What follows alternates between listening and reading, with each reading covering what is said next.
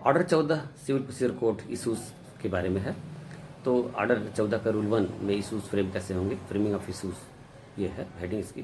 तो इसमें जो प्रोसीजर दिया गया है, ये प्रोसीजर ये है कि प्लेंटिफ सूट फाइल जब भी करता है तो डिफेंडेंट को नोटिस जाती है और अपीयर होता है, और अपीयर होने के बाद अपना वो डिफेंस फाइल करता है, डब्ल्यू जिसको कहते हैं। तो अब अगर इशू फ्रेम होने हैं और ऑर्डर 14 में अब इशू फ्रेम कोर्ट करने जा रही है,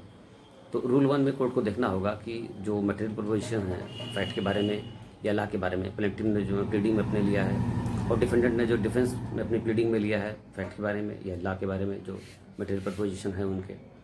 तो उनमें अब डिफरेंसेस क्या हैं। प्लेंटिफ ने फैक्ट के बारे में या लॉ के बारे में अपना एक प्लीडिंग लिया, डिफेंडेंट ने प्लीडिंग लिया अपने फैक्ट के बारे में या लॉ के बारे में, जो प्लेंटिफ ने कहा उसको डिनाइड किया, एडमिट किया। तो अब ये दोनों को देखना है कोर्ट को कि इसमें कहाँ डिफरेंस हो रहे हैं। अच्छा, अब इशू जब फ्रेम करना है तो इशू फ्रेम जो होगा उसमें एक तो फैक्ट जो प्लीडिंग में दोनों के, प्लेंटिफ की प्लीडिंग में, डिफेंडेंट की प्लीडिंग में, फैक्ट के बारे में जो होगा उसको कोर्ट देखेगी। अच्छा, उसके बाद फिर अब लॉ प्लीड किया गया है, प्लेंटिफ ने कोई लॉ प्लीड किया है, डिफेंडेंट कोई लॉ प्लीड किया है, तो वो लॉ तो भी देखेगी। तो फिर इशू दो तरह के हो गए, एक तो इशू ऑफ फैक्ट और दूसरा इशू ऑफ लॉ। तो issue of fact, issue of law, अब कोर्ट को देखना होगा कि फैक्ट के इशू कितने बनते हैं, लीगल इशूज़ कितने बनते हैं। अब जब कोर्ट बनाने जा रही है इशू, तो कोर्ट बैठेगी और कोर्ट प्लेंट को पढ़ेगी, डिफेंस को पढ़ेगी, उसके जो डॉक्यूमेंट्स फाइल हैं उनको पढ़ेगी, वो मटेरियल प्रोपोजिशन क्या क्या हैं, क्या क्या डिफरेंसेस दोनों में पार्ट प्लेंट और डब्ल्यू को देखने पर हैं, कहाँ वेरिएशन है, उन सारी चीज़ को कंसिडर करके फैक्ट का इशू और लीगल इशू फ्रेम करेगी कोर्ट। तो ये रूल 1 में है। फ्रेम करने के पहले वो पूरा प्लीडिंग पढ़ेगी, डिफेंस पढ़ेगी, और वहीं ऑर्डर 14 के रूल 1 के सब रूल 5 में ये कहा गया है कि अगर जरूरत समझती है तो कोर्ट ऑर्डर 10 रूल 2 के तहत पार्टी का बयान या प्लीडर का बयान भी इशू बनाने के लिए आवश्यक अगर लगता है तो रिकॉर्ड कर सकती है। तो ये प्लेंट पढ़ना, डब्ल्यूएस पढ़ना,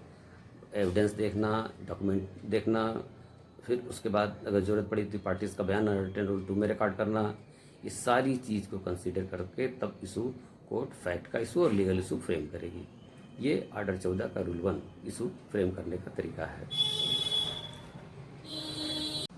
अब रूल 2 में ये प्रोविज़न दिया हुआ है प्रोसीजर कि अगर इशूज़ फ्रेम हो गए, अब इशू डिस्पोज ऑफ कैसे होंगे। तो 14 का रूल 1 कहता है कि सारे इशूज़ एक साथ डिस्पोज ऑफ होंगे, लेकिन रूल 2 ये कहता है कि अगर कोई preliminary issue, legal issue frame हुए हैं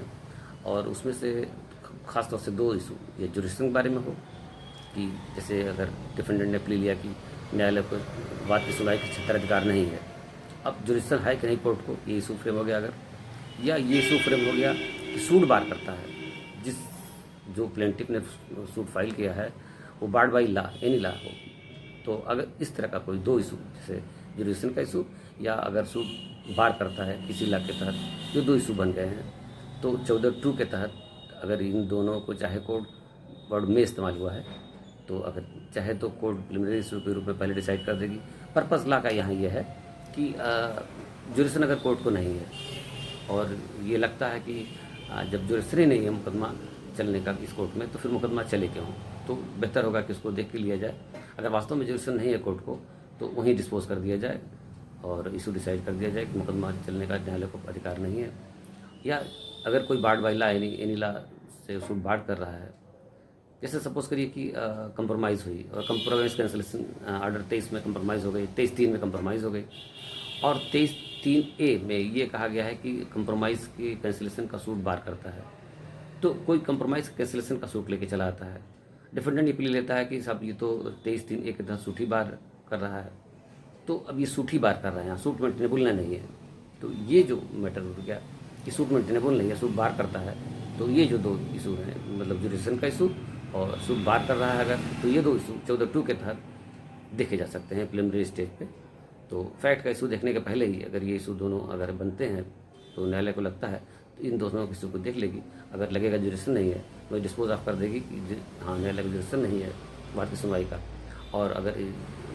सूट बार कर रहा है तो भी डिसाइड कर देगी सूट बार करता है तो सूट मेंटेनेबल नहीं है। तो ये दोनों प्रिलिमिनरी स्टेज पे 14 टू में डिसाइड कर सकती है। रूल 3 में ये प्रोसीजर दिया गया है कि किन आधार पर इशूज़ फ्रेम होंगे।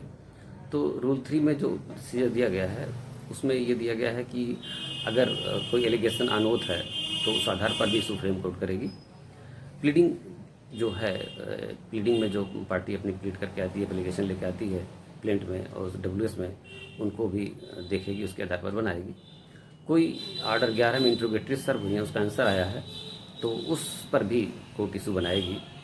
और अगर लगता है कोर्ट को इशू फ्रेम हो रहा है कोई तो बनाएगी।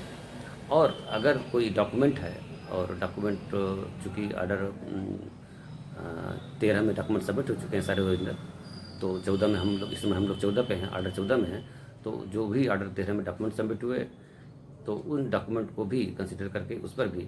इशू फ्रेम कर सकती है। तो कुल ले दे के लगा इसमें मतलब ऑर्डर 14 के रूल 3 में कि एक तो अगर कोई एलिगेशन अनोथ है उस पर, प्लीडिंग पर, और कोई इंट्रोगेटरी सर्व हुई है उसका आंसर आया है उस पर, और कोई डॉक्यूमेंट है उस पर, इन सब चीज़ों को कंसिडर करके इशूज़ फ्रेम होंगे। ये ऑर्डर 14 के रूल 3 में दिया हुआ है। और रूल 4 में ये भी कहा गया है कि अगर इशू फ्रेम करते समय कोर्ट को लगता है कि किसी विटनेस का एग्जामिनेशन होना ज़रूरी है, प्लीडिंग पढ़ी कोर्ट ने, दावा पढ़ा, जवाबदेही पढ़ी, सारे डॉक्यूमेंट देखे, तो उसको लगा ये तो एक इम्पॉर्टेंट विटनेस है, इसको अगर हम इसको एग्जामिन करें तो कुछ हम निष्कर्ष निकाल सकते हैं कि इशू बनाया जाए, तो उसमें पावर है कोर्ट को, तो वो इसमें एग्जामिन कर सकती है इस रूल के तहत कि किसी विटनेस को एग्जामिन करके तब इशू फ्रेम करेगा चाहे, तो ये पावर है दिया गया है। रूल 4 के बाद रूल 5 में जो प्रोविज़न दिया गया है, प्रोसीजर दिया गया है, वो अमेंड करने का, स्ट्राइक करने का, इशू को,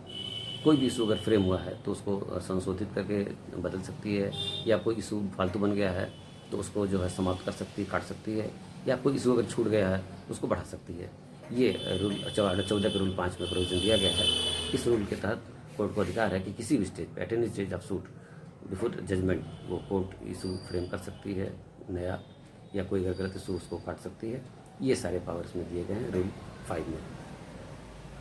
ऑर्डर 14 का रूल 6 और 7 तो सेटलमेंट ऑफ इशूज़ के बारे में, बिटवीन द पार्टीज़ के बारे में है। किसी इशू के बारे में, दोनों इशू के बारे में दोनों पार्टियां अगर आपस में मैटर सेटल करती हैं और एग्रीमेंट करती हैं पार्टीज़ के बारे में,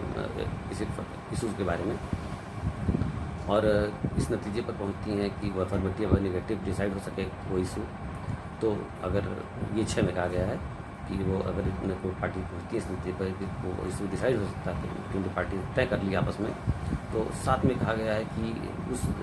अगर एग्रीमेंट जो पार्टीज़ ने किया है वो ड्यूली साइंड है, ड्यूली एक्जीक्यूटेड है, गुड फेथ में है और इलीगल नहीं है, तो उस इशू को जिस तरह से पार्टीज़ ने डिसाइड किया है उसके हिसाब से अफर्मेटिव और निगेटिव जैसा भी तय हुआ हो पार्टीज़ के बीच में, उसके आधार पर जजमेंट प्रोनाउंस करके डिग्री पास कर देगी। तो ये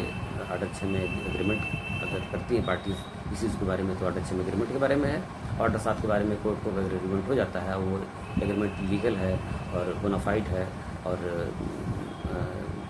well executed between the parties है, तो वो जजमेंट पास कर देगी, जजमेंट पास करके डिग्री ड्रा हो जाएगी उस जजमेंट के आधार पे। तो ये ऑर्डर 6 और 7 है। ऑर्डर 14 का रूल 6 और रूल 7 ये है। तो कुल मिला के ऑर्डर 14 जो है वो इशूज़ फ्रेम करना, और इशू किस आधार पर फ्रेम होगा, और इशू फ्रेम करते समय क्या क्या कोर्ट को देखना है, दावा है, जवाबदेही है, क्वेश्चन है, कोई ऑर्डर 11 में कोई इंट्रोगेटरी सर्व हुई, उसका आंसर आया है, डॉक्यूमेंट्स क्या क्या हैं, फिर इशू फ्रेम करेगी, इशू फ्रेम करने के बाद इशू अल्टर कर सकती है, कर सकती है, चेंज कर सकती है बिफोर जजमेंट, और फिर अगर कोई पार्टी सेटल करती है, बिटवीन द पार्टीज कोई इशू सेटल होता है थ्रू एग्रीमेंट, तो उस पर भी डिग्री पास कर सकती है। सारी चीज़ें ऑर्डर 14 में दी गई हैं, और ये एक इम्पॉर्टेंट ऑर्डर है। जब भी सिविल मुकदमे का ट्रायल शुरू होता है तो इसको फर्स्ट हियरिंग कहते हैं, और फर्स्ट हियरिंग स्टेज पर जब कोर्ट अपना जुडिशियल माइंड अप्लाई करती है और देखती है कि बिटवीन द पार्टीज़ का डिस्प्यूट है, क्या इशूज़ हैं, तो क्या डिफरेंसेस हैं, क्या इशूज़ फ्रेम हो रहे हैं, ये ऑर्डर 14 में डिस्क्राइब किया गया है।